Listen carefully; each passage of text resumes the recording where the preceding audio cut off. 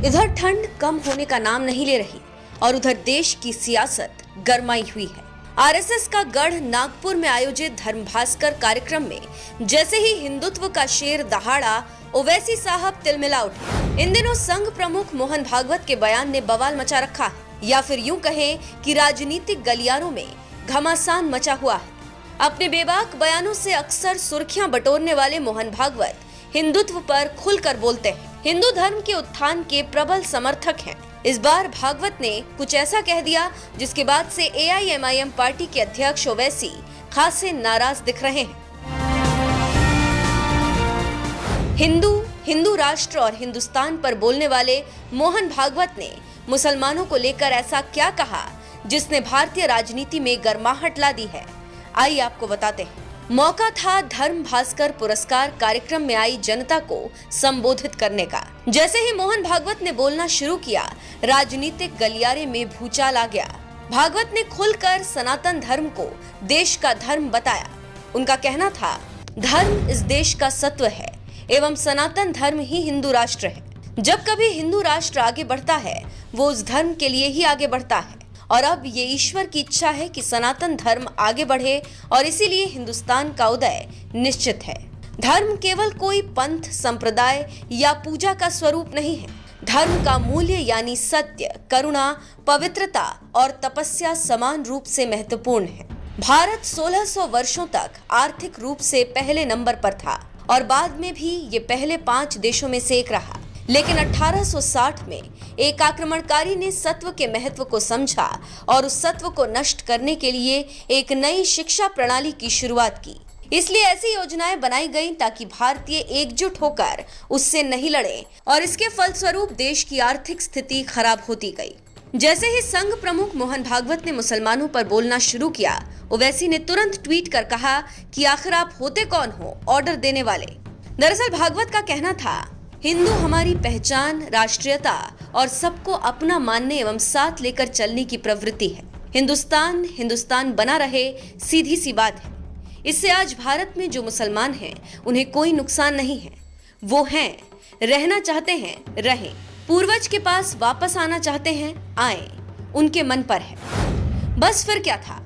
गुस्से से लाल ओवैसी ने ट्वीट कर मोहन भागवत पर निशाना साधा और लिखा, मोहन कहते हैं कि भारत को कोई बाहरी खतरा नहीं है। संघी दशकों से आंतरिक शत्रुओं और युद्ध की स्थिति का रोना रो रहे हैं और लोक कल्याण मार्ग में उनके स्वयं के स्वयंसेवक कहते हैं कोई नहीं घुसा है।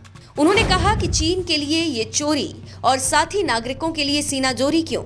अगर हम वास्तव में युद्ध में हैं, तो क्या स्वयंसेवक सरकार 8+ वर्षों से सो रही है? इतना ही नहीं, ओवैसी ने संघ की विचारधारा को भारत के लिए खतरा बताया। उनका कहना था कि भारतीय असली आंतरिक शत्रुओं को जितनी जल्दी पहचान लें, उतना ही अच्छा होगा। कोई भी सभ्य समाज धर्म के नाम पर इस तरह की नफरत और कट्टरता को बर्दाश्त नहीं कर सकता। मोहन को हिंदुओं का प्रतिनिधि किसने चुना?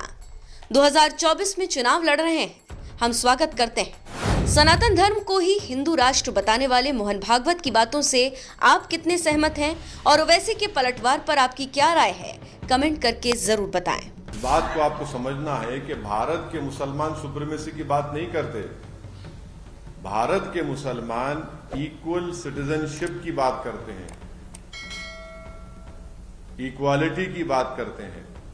मगर आरएसएस जो आर्यन सुप्रीमेसी और ये तो एक उनका जो स्टेटमेंट है, कास्टिस्ट, एक अपर कास्ट के आदमी का स्टेटमेंट है कि वो तो रूलर और रूल्ड की बात कर रहे हैं। कोई सुपीरियर होने का कहां क्लेम कर रहे हैं?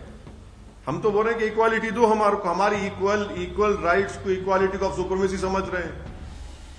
असल सुप्रीमेसी तो आपकी है। आप समझ रहे हैं कि हिंदू राष्ट्र है और अगर आप यहां पर रह रहे हैं तो ये तो गोलवारकर ने जो अपने बंच ऑफ थॉट्स किताब में और एक और अपनी किताब में वी आर नेशन डिफाइंड में गोलवारकर ने कहा कि Muslims, Christians are the internal threat. वो तो उसी को रिटेरेट कर रहे हैं। हम तो ये शुरू से कह रहे हैं इस बात को। ये हम इक्वालिटी की बात करें तो आप सुप्रीमेसी की बात, आप सुप्रीमेसी की दिखा रहे हैं अपनी। आप ये दिखाना चाह रहे हैं कि वो आप रूलर है और हम रूल्ड हैं। हम ये कह रहे हैं कि नहीं, हम इक्वल सिटीजनशिप की बात कर रहे हैं, इक्वालिटी की हम बात कर रहे हैं। अब उनके लिए डाइवर्सिटी एंटी नेशनल है। उनके लिए डिफरेंट लैंग्वेजेस परेशान कुन है। वो तो सिर्फ एक लैंग्वेज, एक झंडा, एक कल्चर की बात करते हैं। हम तो बोल रहे हैं कि भारत में डाइवर्सिटी है, भारत में हजारों कल्चर हैं, कई जबानें बोली जाती हैं, कई मजहब को मानने वाले हैं। वो उसको मानते नहीं उस चीज को, वो सिर्फ अपनी सुपीरियरिटी को बिलीव करते हैं, इसीलिए तो सब चीजों को मानते नहीं है वो। और आखिरी बात यह है, जब वो वॉर की बात कर रहे हैं, वो डायरेक्टली इंसाइट कर रहे हैं लोगों को, वो डायरेक्टली इंसाइट कर रहे हैं कि वायलेंस करो मुसलमानों के खिलाफ।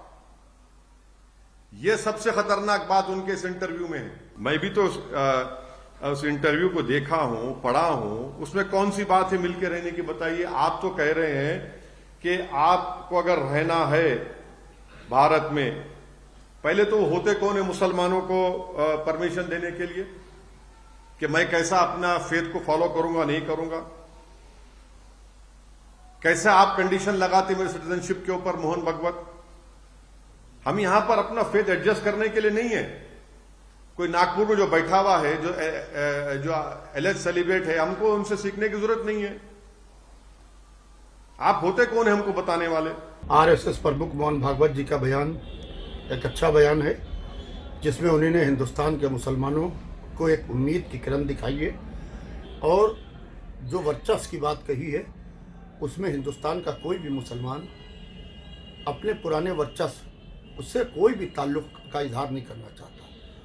हमारे लिए बाबर, औरंगज़ेब, अकबर, जहांगीर या वो लोग जिन्होंने, मुग़लों ने हिंदुस्तान पर राज किया, हमारा उनसे कोई भी ताल्लुक़ नहीं है। हमारा ताल्लुक़ है उन लोगों से जिन्होंने इस मुल्क को बनाया है।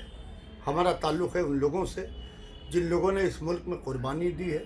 हमारा ताल्लुक़ है उन लोगों ने जिन्होंने इस मुल्क के लिए अपनी गर्दनें कटाई हैं। लिहाजा जो अतीत की बात कर रहे हैं कि अपने पुराने अतीत की तरफ नहीं लौटना चाहिए और मुसलमानों को डरने की ज़रूरत नहीं है। तो जो लोग अगर से अकबर या औरंगज़ेब या बाबर को अपना आदर्श मान रहे हैं और वो उनकी मदोसना कर रहे हैं, तो उनको कम से कम उनके पास अपने गुप्तचर विभाग है, ये देखना चाहिए है कि ये हमारे यहाँ कौन लोग ऐसे हैं जो कर रहे हैं। मेरे ख्याल से तो कोई भी मुसलमान ऐसा नहीं है जो औरंगज़ेब को अपना आदर्श माने, जो बाबर को अपना आदर्श माने, बल्कि हमारे यहाँ आदर्श माना जाता है, रसूल इस्लाम को आदर्श माना जाता है, इमाम हुसैन अलैहिस्सलाम को, जिन्होंने करबला में सबसे बड़ी कुर्बानी दी थी, उनको हम अपना आदर्श मानते हैं। और उसके पंचनों पर चलते हुए हम कोशिश करते हैं कि जिन्होंने हिंदुस्तान आने की तमन्ना की थी और जब 100 काल मुसलमानों ने इमाम हुसैन अलैहिस्सलाम का रास्ता रोका, तो उन्होंने कहा था कि मैं तुम्हारी सरहदों से दूर हिंदुस्तान जाना चाहता हूँ, जहाँ मुसलमान तो नहीं मगर इंसान रहते हैं।